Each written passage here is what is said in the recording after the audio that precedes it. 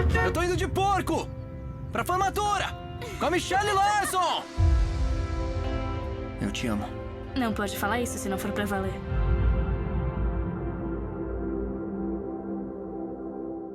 Oi, gente! Voltei com mais um vídeo essa semana. E como vocês me pediram, as entrevistas estão de volta. Só que como vocês viram no meu Snapchat, ontem eu assisti um filme muito legal chamado Pra Sempre, que em inglês é Until Forever. E eu tô aqui com um ator que é o Stephen Anthony Bailey. Yo! Oi! Oi!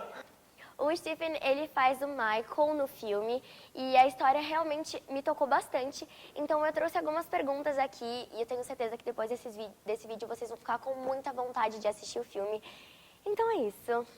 So I was just doing this little intro. Okay. I gotta work on my Portuguese.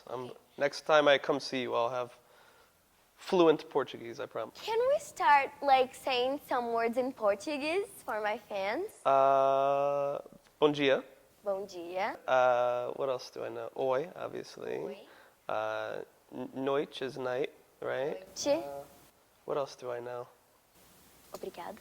Obrigado, yeah, I know that one. That's pretty much it right now. Palmas pra ele, tá muito bem.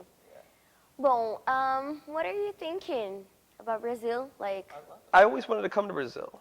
Like even, my entire life, I would see pictures of Brazil and video, and it was always like my number one place to come to. So now that I'm here with my movie, it's like two dreams come true at once. So I'm very happy and very sad at the same time because I have to leave tonight. So, it's been a lot of work, good, fun work, but it's been a lot of work this trip. So next time I come, I just want to sit on the beach. vacations. Yeah. So, why did they choose you as Michael? Like, I watched the movie and I know why. You know why? Okay, well that's it was a very odd story.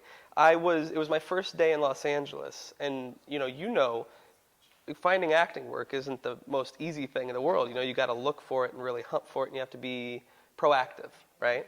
So I didn't really know where to look. So I ended up on this website called Craigslist. It's like a periodical kind of thing where you would like go to sell your stereo or your bike or find a job or something, right? You don't look for film work there as an actor, but I didn't know where else to look. So I end up there and I see this article that says, we're looking for an actor that can play around 18 to 24, must be a black belt in karate, must look like this picture. So I could play that age range, and I wasn't a black belt in karate, but I kind of lied a bit. I was like, sure, yeah, I'm a black belt, whatever. And, I scroll down, though, and I see this picture of this kid, and I see the hair and the big eyes and the way he smiles, and I was like, that's a picture of me. So I was like, immediately, I sent my stuff in. But, when you're an actor, you're going after so many roles, and you get, very few of them. And so I kind of just forgot about it. A few months later, I get a phone call, and on my phone, I don't know about you, but when I get a phone call that's not registered in my phone, if it's like an unknown number, Yes. I don't answer that, So I pick up the phone, and it's Bonnie Boyum, Michael Boyum's mother, saying, you look just like my son, and she's very excited. And, so she told me that they were making this movie, and I had forgotten about it, but I was very excited. And she sent me the email, and when I looked at the email and I saw the date, I realized that was the first thing I ever applied to after I moved to Los Angeles. And here it is, it's my favorite piece of work, and it's brought me to Brazil. You just accept it and... Oh, I went after that role hard because, I'm not a superstar or anything like that. And I told our director, I was like, hey, if you need to get a big star, I understand, but I really would love to play this role. I feel very connected to it. And so, I auditioned a couple times, and they took a chance on me, and I'm very, very happy they did. It's life-changing, Mm-hmm. And how was your preparation? I did a lot of work preparing. And you know how it is. You work on the script, you develop your character, but this was different because I was playing somebody real. And, that's a very special thing, an honor to take on somebody's life, put it on film, and show it to the world. I mean, that's a big responsibility. But I was very lucky to have the real Michelle. I got very close to her very quickly and talked to her, and, it was an odd thing for her to do because she wasn't, she was kind of timid at first to show her story to the world, because she's showing the good, the bad, and the ugly, right, to the whole world. I mean, personally, I don't know if I could do that. I couldn't just show all my life to everybody and be like, watch it as your entertainment. But she was so open with me and nice and gave me all the little, actory things that we look for that make our acting very special. And she took me to the next level, and it was awesome. She's a great, amazing, amazing person. I think Madison really captured her strength and her beauty perfectly. Nice. And you think that both believers and atheists, they can watch the movie? I think from both sides of that spectrum that you're talking about, even in the middle, people that are on the fence about to be a believer, or people that are believers and questioning. I mean, it doesn't matter. I think it's not just a Christian movie. It's not just a faith-based movie. It's a love story. And who doesn't love a love story? I mean, I do love love stories. I know, right? So me, as a guy, I mean, look, I like, every fall, I curl up with my lady and we watch When Harry Met Sally and You've Got Mail, and I'm just like, turn it on, I'll watch it, And but as far as like anyone can watch it, because this is a story about love, and faith just so happens to be part of the story. And, we even have our atheist character in there that's challenging Michael, my character, Michael, challenging him and making him question things. And that's what I really liked about the script, because I think we should all question everything. We shouldn't just accept things as they are. We should always dig deeper, because the deeper we dig, the more truth we find.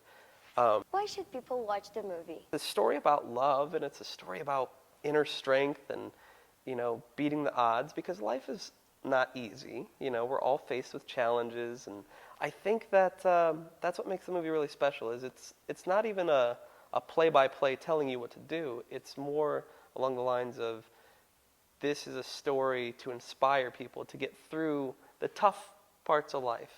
I think there's a lot of beauty in that. My favorite thing about Michael is that he was always positive. Always. He was always smiling and positive. And did you talk to his mom about it? I talked to everybody. Everybody I could talk to about him. I was pestering people. I'd be like, tell me everything. And they, they'll be like, oh yeah, Michael's a good kid. I'm like, dig deeper, give me more. And they were like, no, that's kind of it. He just was smiley all the time. And it took me a while to just accept it, because I was like, well, I'm not smiley all the time. You know what I mean? Like, he never... It's not normal. Especially with what he was going through. I would have just been grumpy, but I think it rubbed off on me, his personality, because I got to be in his atmosphere for so long that I was just kind of, I feel like I'm a much happier person after making this film, just because, and that's the effect he had on people, is he just made everybody happy all the time, made people laugh, made people feel better, stronger. And did you talk to Matt about his story? I did, yeah. He was, how is he now? It's an odd thing, but I do feel like I'm part of the Boyum family, So, but he's great. He's he teaches a lot of people. I think that he's excited about the movie, and he's a great guy. I have 3 questions about scenes. Your favorite, the hardest, and the funniest. Let's start with the funniest, because I just like funny. I remember being on set, and I was trying to put a comedy bit in every scene, and our director was like, not here. Don't do that. But, and then the hardest scene was probably the bridge scene. That's in the trailer. People can see that, that big, beautiful bridge. I said that was my worst enemy, because it was so hard, because we're creating, the rain. It's dark. It's cold. It's in the middle of nowhere. Our director is up on this huge crane that I'm worried he's going to topple over. Jamie, who played Matt, is up on the edge of the bridge ledge with a wire, and I was just like, this is very scary, And then we're in the middle of a scene and a light goes out, and I'm tired. I hadn't been eating. It's a very emotional scene, so I just scream at the top of my lungs, and I was like, I had to let everybody know, I'm not mad at anyone. I'm just freaking out, you know? It was just such a technically hard scene, but once we got it done and when I saw it cut together, I was like, wow, that's one of those scenes that can never be replicated. And then, what was the third one? So it was like funniest, hardest, and favorite. Favorite, yes. The dancing scene where Michelle gets the red dress on and they dance to their song. That was our last day of filming. So the emotion that you're seeing coming out of me was very powerful and very real because I was saying goodbye to, you know, this beautiful story that I had spent so much time on it, and then it was over. Because we shot in 23 days, which is so quick for a feature film. Really quick. That's super quick. So we were doing super long days. So I was preparing for years, and then it was over in the blink of an eye. And it was perfect, though, because me and Madison are, you know, dancing, and it took a long time to shoot it. But it felt like 30 seconds to us, because, you know, our director, Michael, was like, that's a wrap. And then her and I just kind of froze, and we're like, that's it? And then we just sat down very quietly and looked at each other, and we just kind of looked at each other like that, and that was like, I guess we go find another job now. Okay, thank you. It was great, but it's not over. Ele já viu meu canal antes e eu fiquei tipo, como assim? E daí a gente ficou conversando antes do filme e eu assisti e aí no final eu os vi, a gente se despediu e estamos aqui hoje. Então é isso, espero que vocês tenham gostado. Can you send a kiss to Maisa? Maisa? The name of my channel. Maisa. And how do you say kiss? I can't remember. Beijo. Beijo, yeah. Beijo, Maisa. Tchau, gente. Até o próximo vídeo. E tudo do filme pra sempre vai estar aqui na descrição. O link e tudo mais. Beijo. Obrigado. Thank you.